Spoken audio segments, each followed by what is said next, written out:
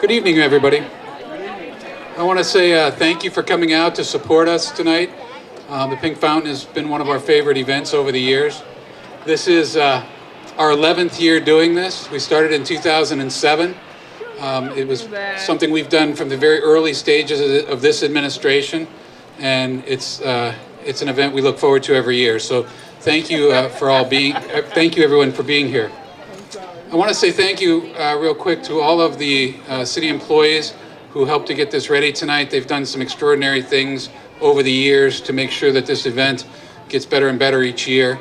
And I certainly appreciate all of them doing that. I'd also like to thank all of our partners for being here. If you visit the tables tonight, you'll get some very good information on breast cancer and preventative measures and care and things of that nature.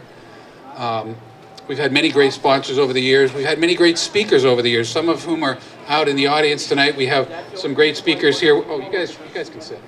Go ahead and sit down.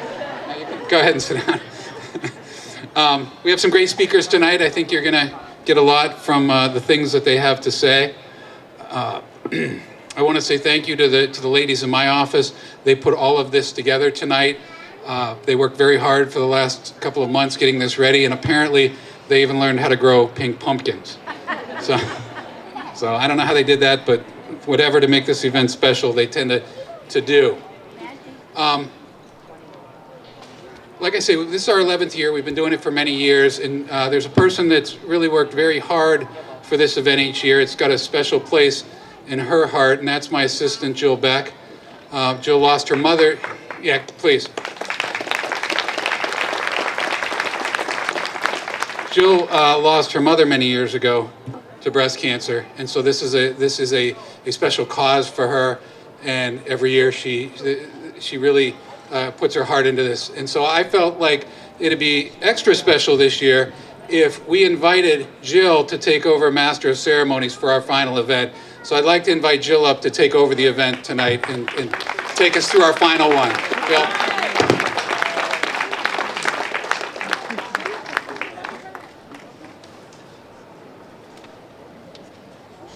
Thank you to the Highmark Carrying Place for providing tissues for me tonight, because I'm already tearing up, as you can all see. Thank you, Mayor Siddon, and thank you, Crystal and Felicia in our office, Bob FM, Joe Lang, everybody who took the time to be here and help spread the word and share information regarding awareness and breast cancer. So. The information that our sponsors provides you, helps us help you, and certainly celebrates survivorship. Our mission throughout these 11 years holding this event here in Perry Square has remained the same, and it's to increase self-advocacy, to provide information, to stress the significance of early detection, and to recognize our breast cancer survivors. This evening we have soloist Kimberly Overton and the East Middle School Singing Ambassadors under the direction of Valerie Horton Young with us. Kim and the ambassadors, if you would take the stage. In just a moment they are going to perform for us while the Regional Cancer Center helps recognize breast cancer survivors with us this evening. So if you are a survivor here, if you're seated, please stand up, and if you're standing, please raise your hand. Our friends over here from the Regional Cancer Center have some flowers that they would like to distribute. So if you'd please raise your hand to receive a flower, and let's not forget our folks on this stage as well.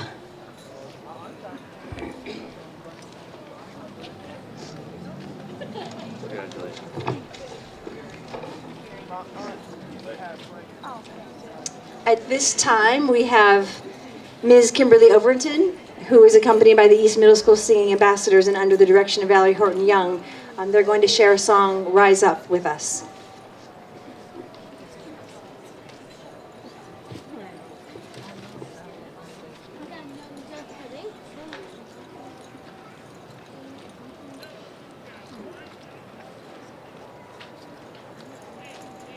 You're broken down and tired of living life on a merry-go-round. You can't find the fighter, but I see in you we're gonna walk it out and move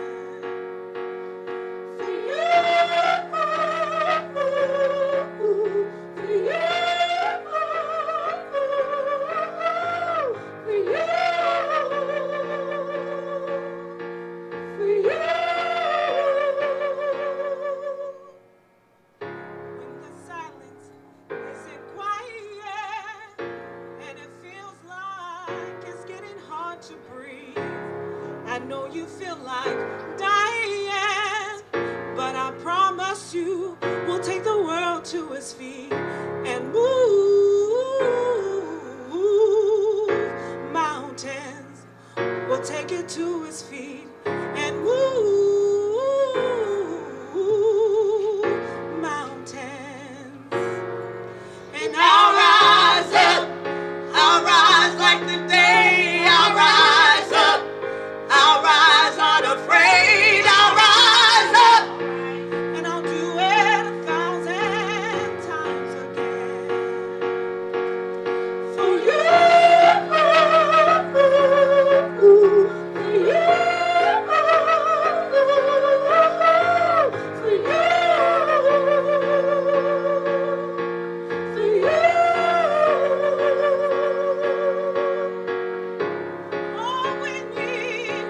All we need is hope, and for that we have each other, and for that we have each other. We will rise, we will rise, we will rise. Oh, oh, oh, oh, we will rise, we will rise, we will rise. And I'll rise up, I'll rise like the day, I'll rise unafraid, and I'll do it 1,000 times again. We'll rise up, we'll rise like the waves, we'll rise up, in spite of the ache, we'll rise up, and we'll do it 1,000 times again. For you, for you,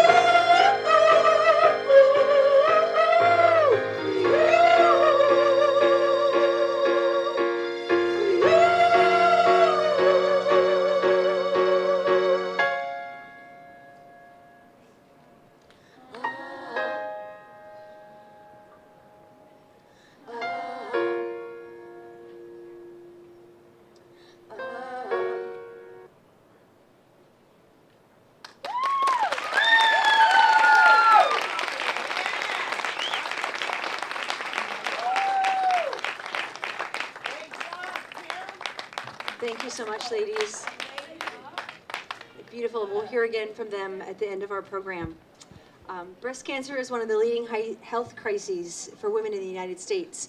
1 in 8 women will be diagnosed with breast cancer in their lifetime. With no cure, early diagnosis is critical to survival.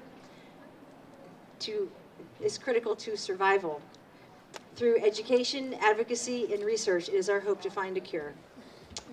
Our first speaker is Norma Zimmer. She is co-founder of and president of Link by Pink, a local nonprofit founded to support women both emotionally and financially who are diagnosed with breast cancer before age 45.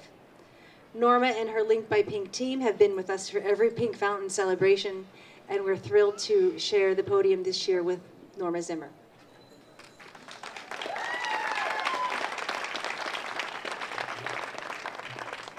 Thank you, Jill, and thank you to Mayor Sinnott. I'm really happy to be here speaking at the 10th anniversary of the Pink Fountain.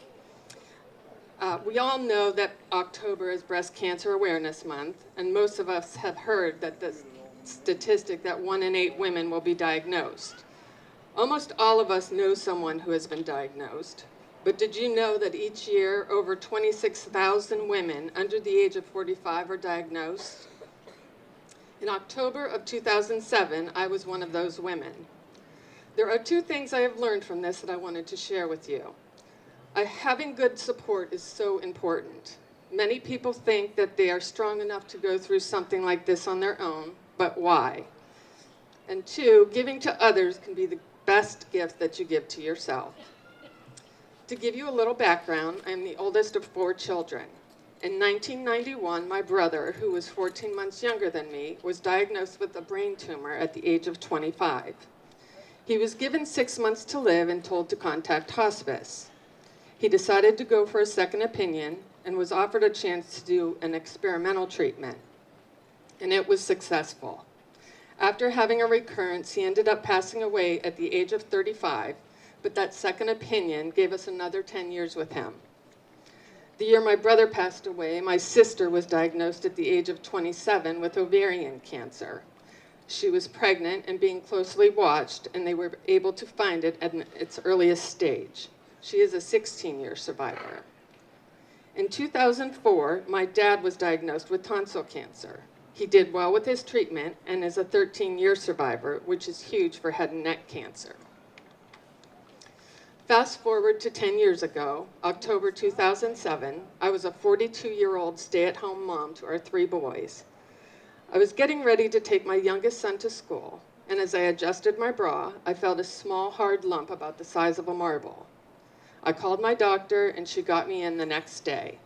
She thought it felt strange, and she wanted me to have another mammogram done, even though I had just had a clean one in July.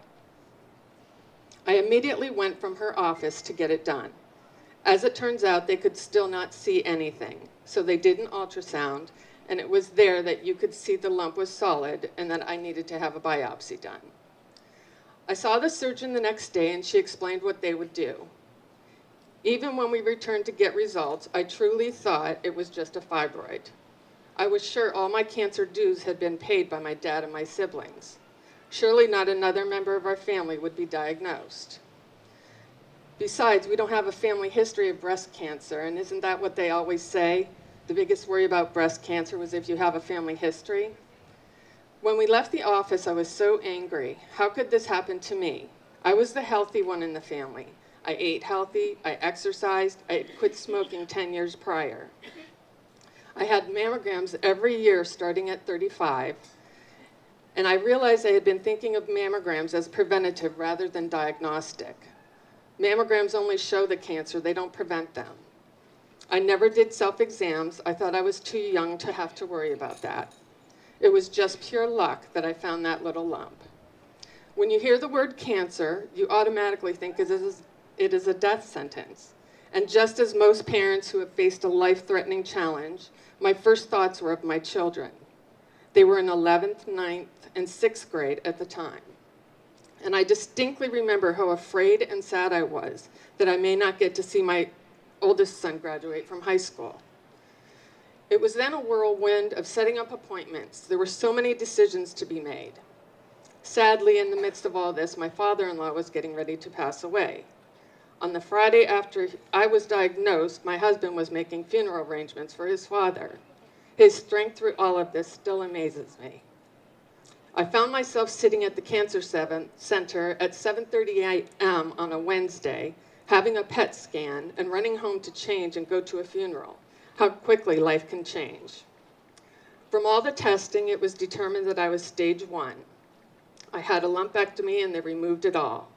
I knew since I had chosen to have a lumpectomy instead of a mastectomy that I would be having radiation as well.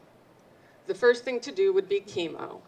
Then came the daily visits to the Cancer Center for 5 weeks of radiation.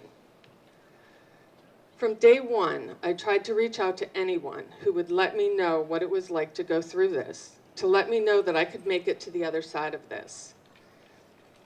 I attended support group meetings at the Cancer Center. I was so young compared to others there, most of whom were retired. Even though we were going through the same things, I had things I was dealing with that these ladies were not. How could I talk to my 6th grader about this? What about fertility issues? How can I take care of my kids while I'm going through treatment? I'm a bit of an information junkie, so even when my doctor told me not to look on the internet, I had to. I needed to educate myself as much as possible about all of my options. It was at this time that I met an incredible group of about 20 women from across the country in an online support group who were all going through chemo at the same time. We came to be known as the January Jewels, as that's when we started our chemo. We shared the ups and downs of our day-to-day existence as we dealt with all of our treatments. We have since become great friends and actually meet up for vacation once a year. I don't think I could have made it through my treatment without these wonderful women, my support. I had my mom and dad and my husband and family. I had friends who stepped in, and even people I didn't know that well offer me help. I was lucky. not everyone is. There is something inherently different about talking to another breast cancer survivor. I knew if I made it to the other side of my treatments, I would do what I could to help other women on their journey. A year after my radiation ended, I became a Reach to Recovery volunteer with the American Cancer Society, which is a program that matches up women one-on-one with those who are newly diagnosed. And I proudly helped create Link by Pink. For those of you who are not familiar with us, we are a local group of women diagnosed with breast cancer under the age of 45. Our mission is to provide emotional and financial support for local patients and their families within a 45-mile radius of Erie. In March of 2008, our founder, Heather Stemka, had an article in the Cancer Center's newsletter asking women to share their story in a calendar. There were 9 of us who did. At our second meeting, one of the ladies had brought her 13 and 15-year-old children, and it was they who came up with the name Linked by Pink, and we all thought it was perfect. We got a tax ID number so we could open a bank account, and I made the first donation to LBP so we could get a post office box. This was all back in the time before Facebook, and rather than spend money on a website, we set up a MySpace account, and that was where we started with our online presence. The calendars all featured young women from our area who were diagnosed under the age of 45. They were therapeutic for the women to write, and they've been helpful for newly diagnosed women to see that they can get through this. That first year, we ended up raising enough funds to donate $2,000 to both the Cancer Center for their Children's Support Group and to the Kansas Foundation, which was just starting out at that time. In making that first calendar, we bonded while going on our photo shoot, and as we were meeting weekly to get things done for the kickoff. We realized what a special bond we shared and how comforting it was to be able to get together with other women our age and share our journeys. As women diagnosed at a younger age, we face some unique issues. Many people do not realize that there are many ongoing side effects from being diagnosed and treated for breast cancer. Some of those effects are lifelong, and they are emotional as well as physical. We decided we would start having a monthly support meeting or get-togethers. We didn't want it to have the connotation as a bunch of sad women sitting around crying. We wanted to be able to share and to laugh and to cheer each other on. On October 29th, 2008, we held our first official monthly support meeting. Linked by Pink is so much more than a support group, though. We started with 7 women at the first meeting, and one by one, we'd have another woman contact us and come to a meeting. We've had well over 100 women attend one of our meetings, some even a little older than 45 years old. Some come to 1 or 2, some come for years. Some are coming to get support, and some are coming to give support. And by gathering all of these amazing women from all walks of life, we have been able to see many different aspects of this disease and all the different ways a patient may need help. Heather and I worked so well together and became best of friends. We put in countless hours trying to get our name out there, passing out flyers at events, learning about websites, putting together events so that we could keep donating to worthy organizations. We've been able to donate over $30,000 to many wonderful organizations which affect local women in their treatment, such as Hammett for Women, St.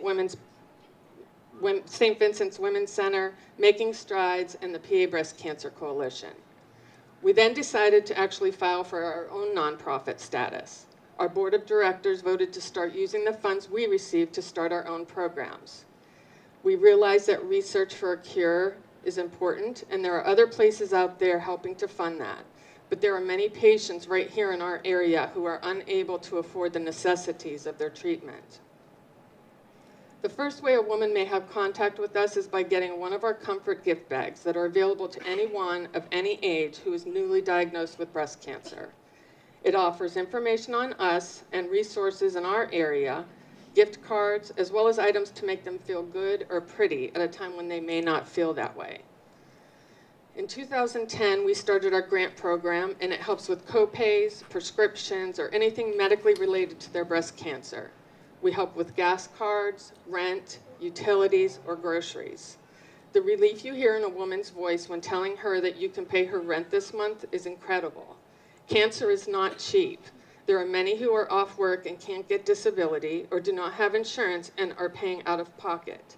They need to make some hard choices, and it is wonderful to know that we can help. Each woman can receive up to $2,000 in cash assistance for the grants, and they are currently available to women diagnosed at 55 rather than 45 because we have the funds available. These grants have helped over 150 area women with more than $130,000 in direct cash assistance. We also believe that a diagnosis affects the whole family and not just the patient. So in addition to our medical grants, we offer assistance in other ways that may help the whole family. We have college scholarships for children.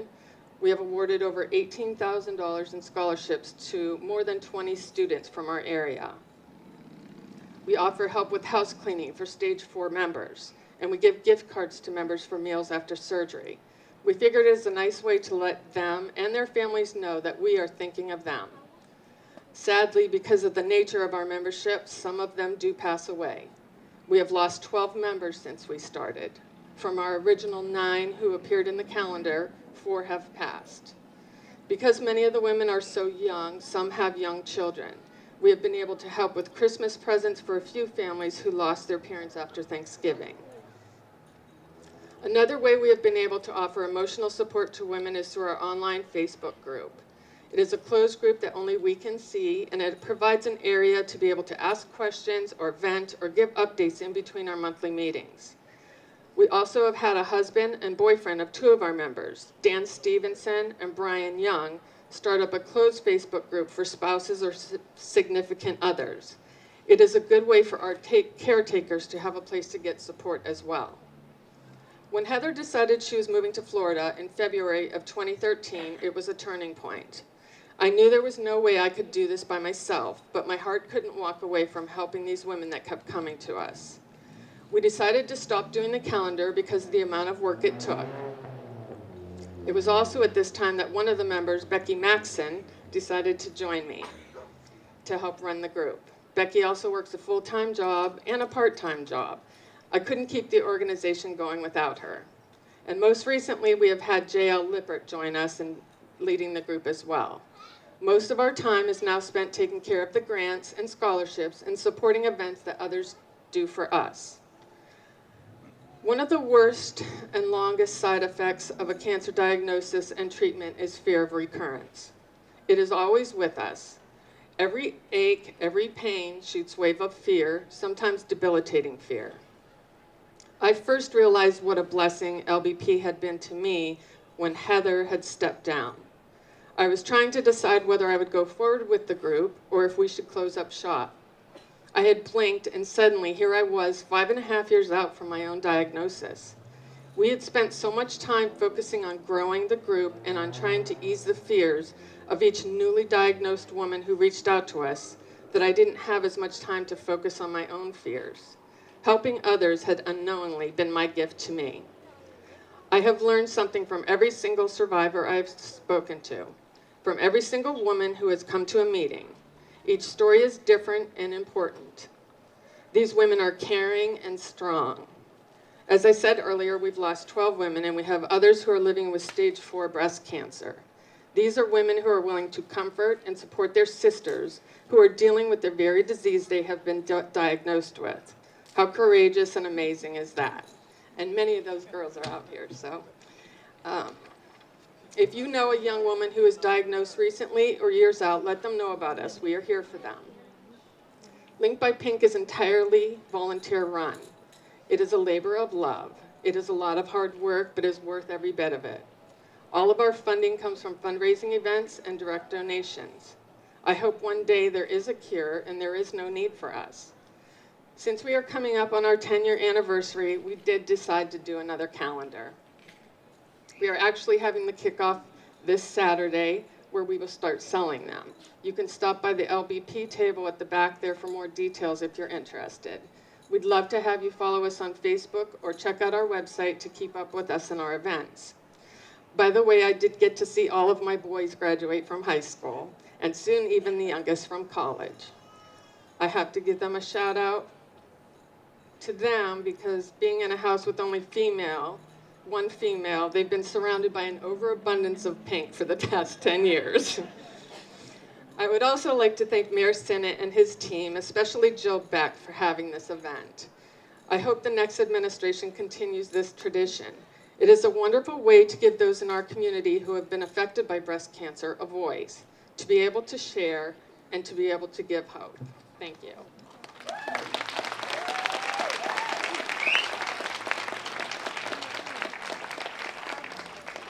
Thank you, Norma. If you would please join me in welcoming Abby Lechner to the podium. In planning the event this year, one name kept being mentioned.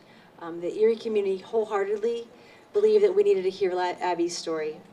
So Abby, if you would take the podium.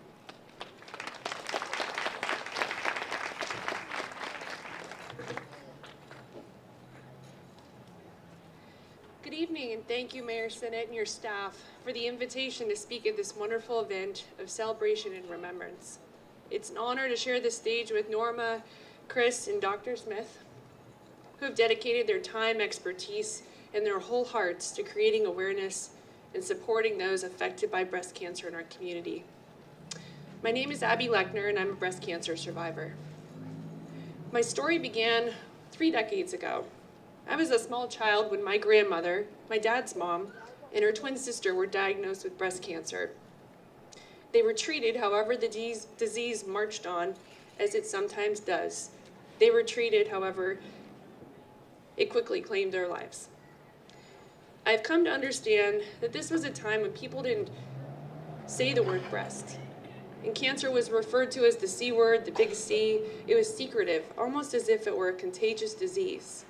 Our family knew very little about their diagnoses, and information was not shared. I thank God our society has cultivated a tremendous sense of awareness and support over the years through events like this one tonight and support groups like Linked by Pink, which promote openness and allow us to support and nurture one another. Now fast forward to 2013. The same week, my husband Matt and I welcomed our daughters Catherine and Meredith into the world. I will always remember watching the news from my hospital bed and paying very close attention to a live interview with actress Angelina Jolie. She had just written a New York Times editorial about her recent preventative mastectomy. After losing her mother and aunt to breast and ovarian cancer, she pursued genetic testing and learned that she carried the BRCA1 mutation. My wheels were spinning as I watched this interview. So at my first postpartum appointment, I inquired to my doctor about genetic testing, given our family history of breast cancer. She explained that because I did not have a first-degree relative with the disease, meaning mother, sister, or daughter, at the time, insurance would not cover the very costly testing. She did, however, examine me, and we agreed to be extra vigilant. 1 year later, I began to feel an unusual bump. It wasn't there before, and it was many months after I finished breastfeeding our girls. I quickly brought this to my doctor's attention, and thankfully, she took my concerns seriously and ordered an ultrasound, which led to my first and last mammogram, which then led to the devastating diagnosis shortly after my 34th birthday.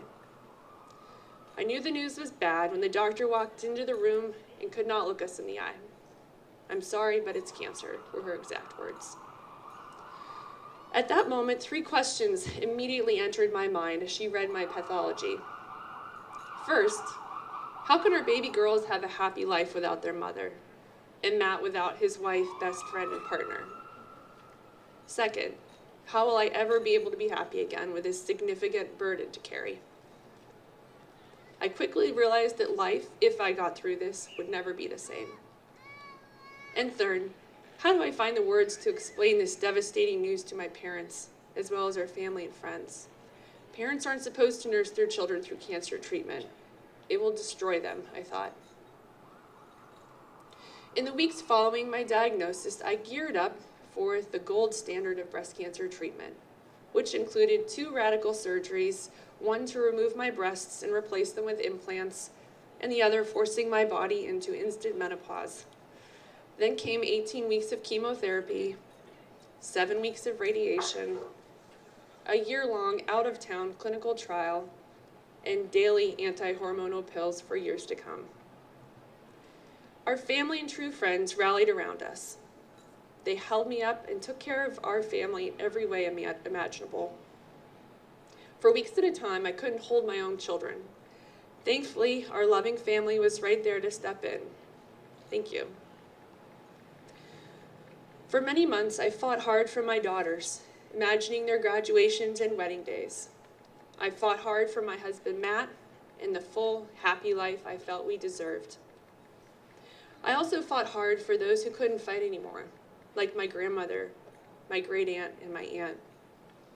I found myself incredibly grateful for my excellent doctors and treatment, and especially for access to drugs like Herceptin, a miracle drug that has kept me alive.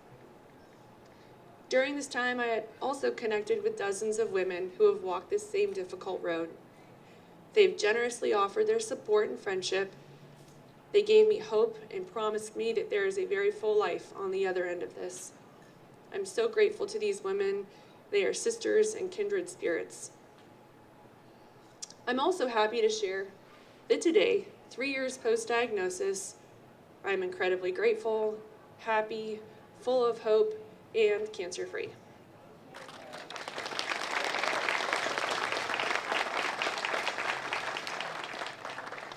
I'd like to leave you all with something simple that may save your life or someone else's someday.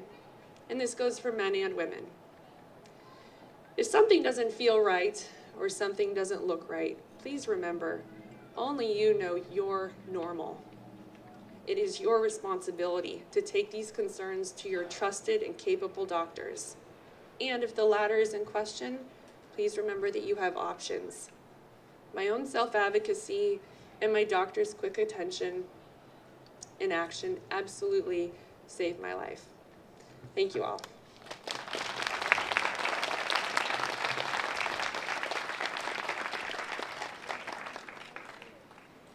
Thank you so much, Abby.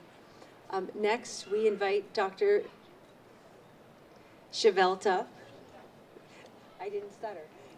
Dr. Chevelta Smith to the podium. Mayor Sinnott met Dr. Chevelta last year immediately following the Pink Fountain and has spent the last year reminded me that we needed to have her speak at our event this year. We have worked very hard during these past 11 years to hear from the women, hear from the survivors, their families, their husbands, who have been personally affected. So to have a practitioner join us on the podium this year, we're very enthusiastic and pleased that she was able to accept our invitation. Doctor, we certainly appreciate your time.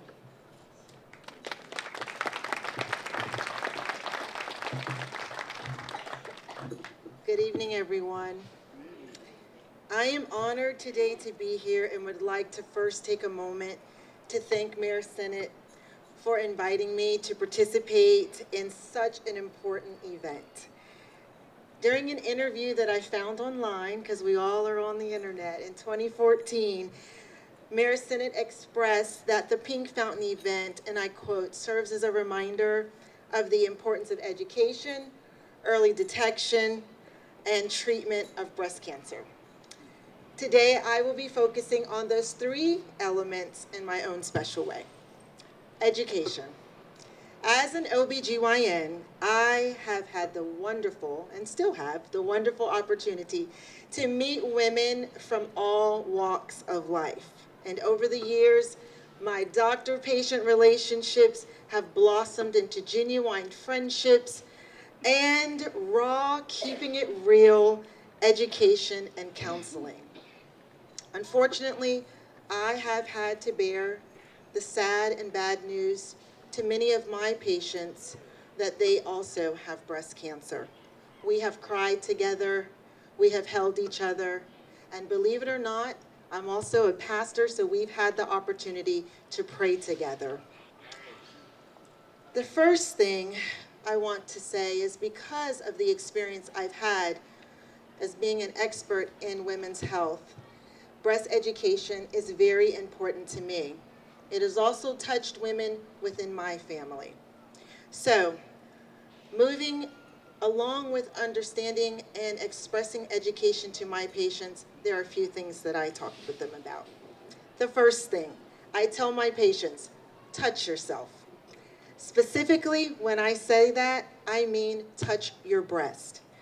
I realize that the U.S. Preventative Task Force and other organizations have announced over the years that they are no longer recommending that the self-breast exam be a screening tool for breast cancer. Their reasons is because research has found over the years that it does not seem to decrease the survival rate. Although I understand the data, I still recommend and encourage my patients to touch yourself, meaning touch your breast. Because if you don't, how will you know that a lump is there? And early detection is very important. I also encourage my patients to please have these conversations with your children, with your daughters, and with your sons. I know that we focus a lot on the women, but there are 1% of men that will also develop breast cancer. So it is important that as we are remembering what we need to do from a medical perspective and our own awareness of breast cancer, that we're also teaching our children to do the same, to check their breast regularly and make sure that nothing new has developed. So, exercise regimens. That is another thing that I encourage my patients to do. So I get it because I hear it from them. After a long day of work, whether it's in the home or out of the home, I say it is so important that you develop an exercise regimen. And I hear, oh my gosh, Dr. Smith, I am too busy for that. I am tired. I got to come home and do this or that. I get it. But I need you to understand that you just got to get up and you got to do it. Because the studies do show that lack of activity and sedentary lifestyle may also increase the risk for breast cancer. Some things that we need to understand. I know you're tired. I know you're overwhelmed, overtasked, mommied out, and wifeyed out. But it's so important that we change our mindset. As the slogan for breast cancer says, if we are going to fight like a girl, or it says fight like a girl, so I say if we're going to fight like a girl, then that means that we must be prepared to fight. So this means that it requires discipline, commitment, and being in the best shape possible. Fighting like a girl means that we are strong and we are tough. The next time you're running on the treadmill, you need to think, I'm running away from sickness. I'm running away from breast cancer. I'm running away from stress, and I'm running away from a lot of things that can cause me harm.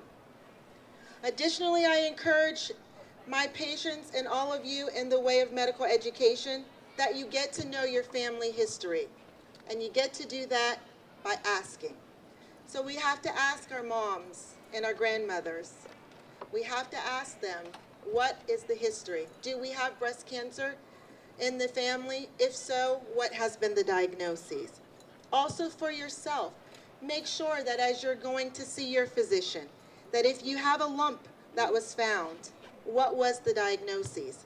Many times my patients will come to me and they've seen various people in different states and everywhere, and I ask them, well, what did they say it was? And they're not sure. So we must ask so that we can be clear, because different things have different risks for breast cancer. Finally, well, not finally, but other risks are going to include race. There are some things that we can prevent or do to prevent breast cancer. There are other things that we cannot. Race is one. Women who are Caucasian have an increased risk for breast cancer over any other ethnicity. However, Black women are more likely to have a more advanced and aggressive form of breast cancer. Thus, the importance of education and the importance of early detection. The most common cause of death from cancer is breast cancer is in Hispanic women. Second most common cause is in all other ethnicities. Breast cancer is the one. If you've had a period starting before age 12 and your menopause did not come until after age 55, you have an increased risk of breast cancer. Eating high saturated fat foods that we all love can increase our risk for breast cancer. So we must make sure that we are eating a balanced diet. If you have dense breasts, you need to understand that this can increase your risk for breast cancer. So it is important that you are aware of what your breasts feel like. Increased alcohol and obesity are other risks that we may have. Breast cancer is a disease that our risk is increased as we age as women. Other factors that we cannot change will be genetics, which has already been spoken about. So early detection. Early detection, again, I've had many patients over the years of me practicing that found a lump in their breast, and for whatever reason, they delayed seeking medical attention. Some delayed it for years, others maybe for months. Some, their workup was negative, others, their workup was cancer. Therefore, I am encouraging every woman and men to make sure that you are seeking medical attention promptly if you feel something in your breast. Make appointments and go. Follow up for different procedures or tests that your physician may say that they want to do, whether they are more mammograms or breast ultrasounds or biopsies or referring you to a specialist. It's important that we do so. Finally, treatment. Treatment for breast cancer varies, and it depends on the type of cancer that you have. Some may even require customized or experimental treatment. Today, my focus on treatment will not involve the specific types of treatment. What I would like to discuss is another aspect of treatment that many may not know. It is in the literature, and it includes faith and hope. I want to discuss just a few stats. The Centers for Disease Control and Prevention reported that 69% of cancer patients reported that they pray for their health. A study by Duke University Medical Center revealed that nearly 90% of patients reported using religion to some degree to cope. More than 40% indicated that it is the most important factor that kept them going. There have been other surveys that were published in 2010 that talked about how many with cancer depend on God in guiding them to make decisions.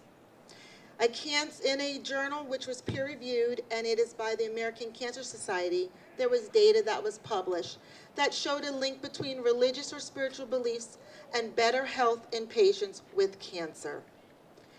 Research that was done by Moffitt Cancer Center, it was combined where they reviewed the literature. It included about 32,000 individuals, and what they concluded is that there was a link between patients with a higher level of spiritual well-being, and they also reported better physical health. I encourage everyone that has faith and hope that you keep it. It is so important that we continue to hope for the cure for breast cancer to be found.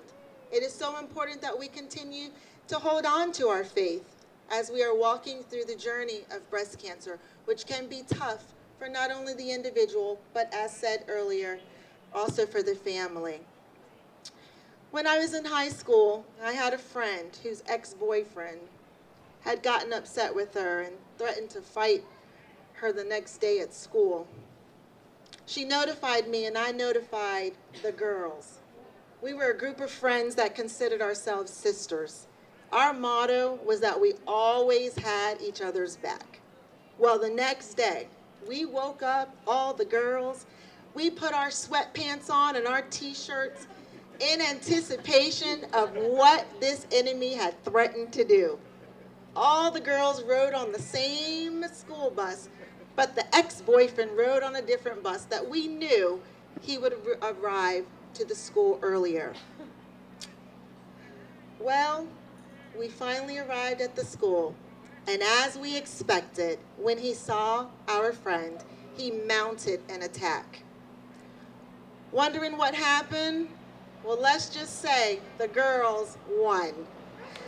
I say this because even though it was not my personal battle, I decided to fight on behalf of my friend, the one I called my sister. Breast cancer may not be your personal battle to fight, and that's okay. However, I encourage you to still commit to fighting the battle against it. Join the Pink Army. To all breast cancer survivors, I want you to know you are not fighting alone. Keep hope and keep faith. It does make a difference in outcome. Above all, stay hopeful, continue to trust God, and most importantly, fight like a girl, even if you're a boy. Thank you.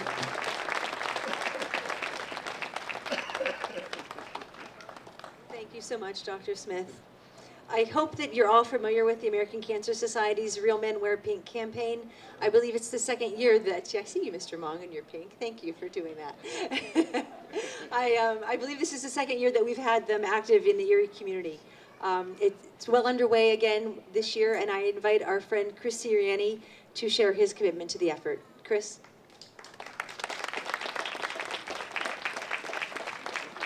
Thank you. That's the amazing Jill Beck.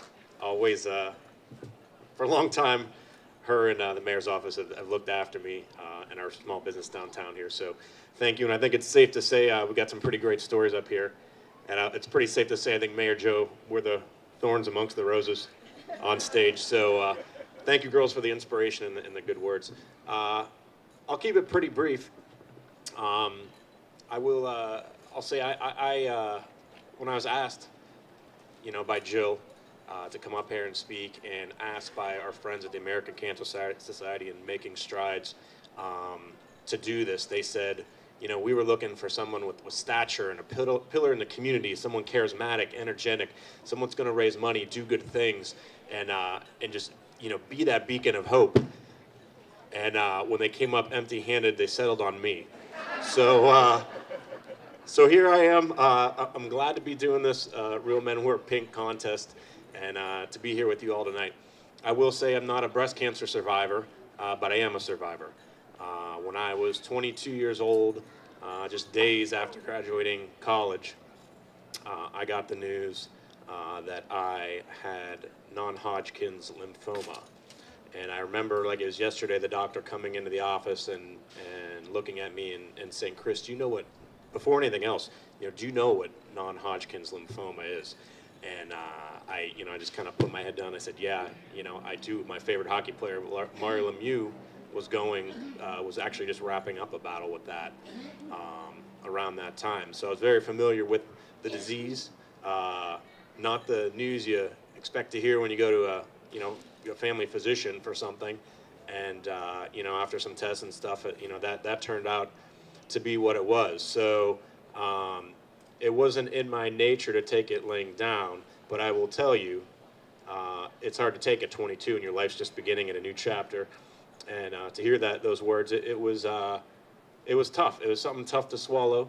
And I'm glad Dr. Smith brought up faith, because I will tell you, I was deep in faith, but my faith was shaken. And I will tell you, I remember for the 2 days after I got that word, I had some choice words for God, and they were they were explicit and challenging, and quite select and to the point. But I will tell you, after and it was almost like the 5 stages of grief when you lose someone you love. You go through the denial and the anger and the bargaining and all that stuff. It's almost like I was going through that. I had that battle going on with God. Can I say God in the public square? Is that okay with you guys? All right. I don't know if I can give a citation and pull the plug on me. I think you guys are friendlier than that. So at any rate, I had that battle, and I remember it was about 48 hours. And then, I basically, made a plea and a bargain. I said, hey, give me another stab and swing at life, God.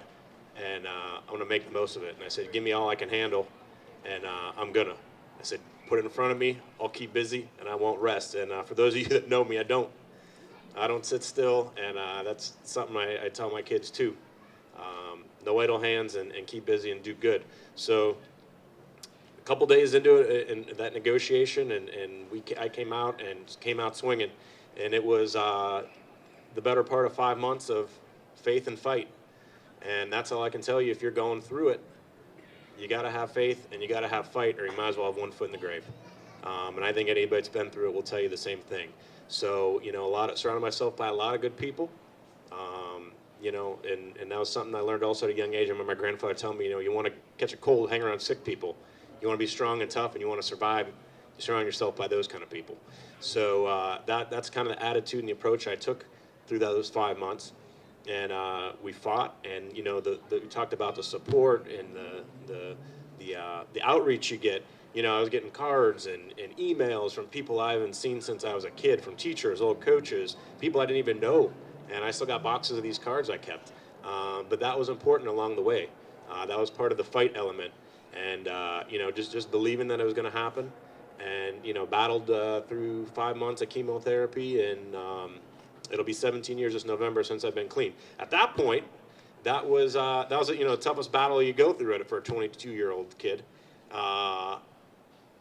And I could handle my own problems. I never had an issue with that. The toughest thing I had to face after that was about a year ago finding out my mother had breast cancer. So I was always, like I said, good handling my own problem. I can take pain and I can take bad news and handle that stuff in stride pretty well. But to find out someone you love is going to go down that road and have that battle, that was a lot harder for me. Unfortunately for cancer, for a second time, it picked on the wrong Sirianni. And it lost that battle to my mother. And she came out hands up and very successful, and she's been in remission now for almost a year. So proud to report that, happy to report that. So that, that's where, and I knew when she took on that battle, as much as it hurt and touched me, I knew, I get a lot of the faith and the fight out of that woman. So I said it did, cancer didn't have a chance, and she's surrounded by good people herself. So way to go, Mom. So I could see my kids saying, "Let's go, the Bears are on." So with that, I'll just leave you with faith and fight, folks. That's all you got. Faith in God, faith in modern medicine, and the good doctors that take care of us. Fight, whether you're fighting the battle yourself or you're fighting for someone and going along that journey with someone else. It's very important. So thank you guys very much for your time, and I'm looking forward to lighting up this fountain.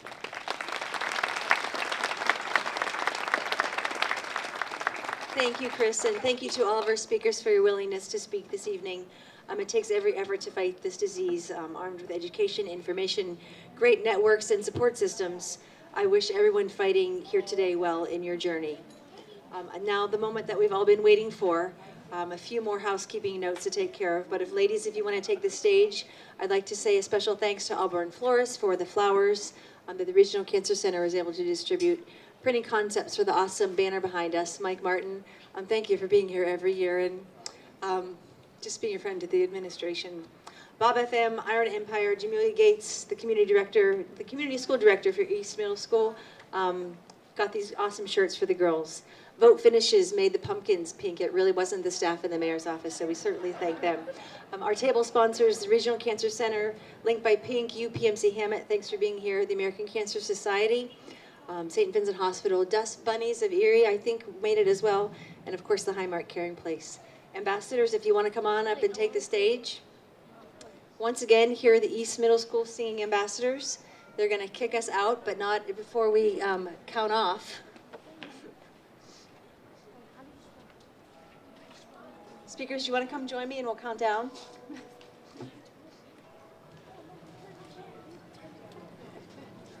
Come on up. I think we've got a little delay here, but let's count down from 5 to light the fountain. Everyone, 5, 4, 3, 2, 1.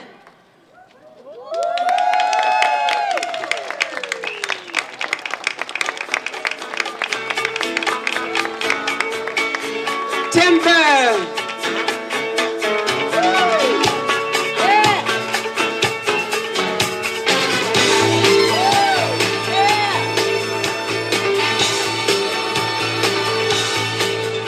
Remember the 28th day of September, I was changing the minds of pretenders while chasing the clouds away. Our hearts were ringing in the key that our souls are singing as we dance through the night. Remember, lost the night away. Hey, hey, hey, say that you remember.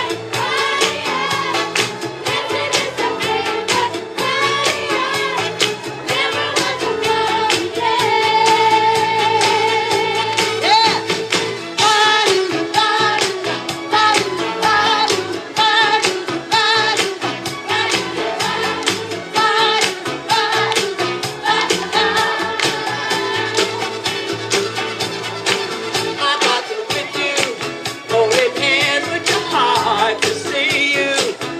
Only for talking love, remember, all the true love is here to stay. Now December, found the love we share. September, only blue talking love, remember, true love is here to stay.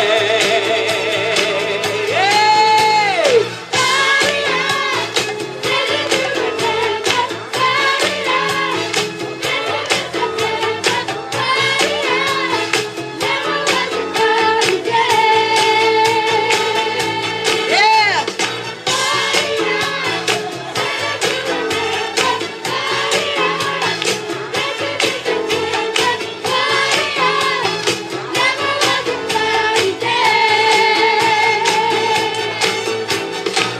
Those bells will be ringing, our souls will be singing. Do you remember? Never a cloudy day now.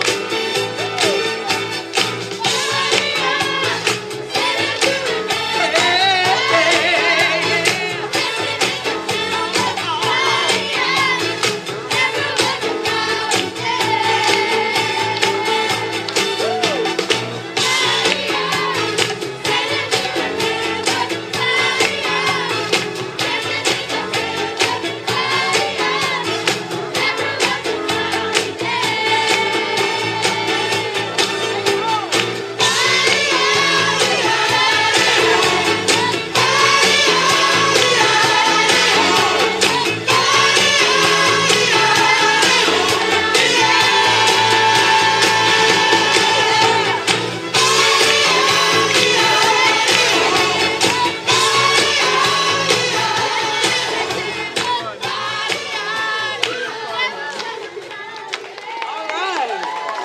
East Middle School singing ambassador. We love you, Link by Pink. Thank you, Jill. Thank you, Mayor.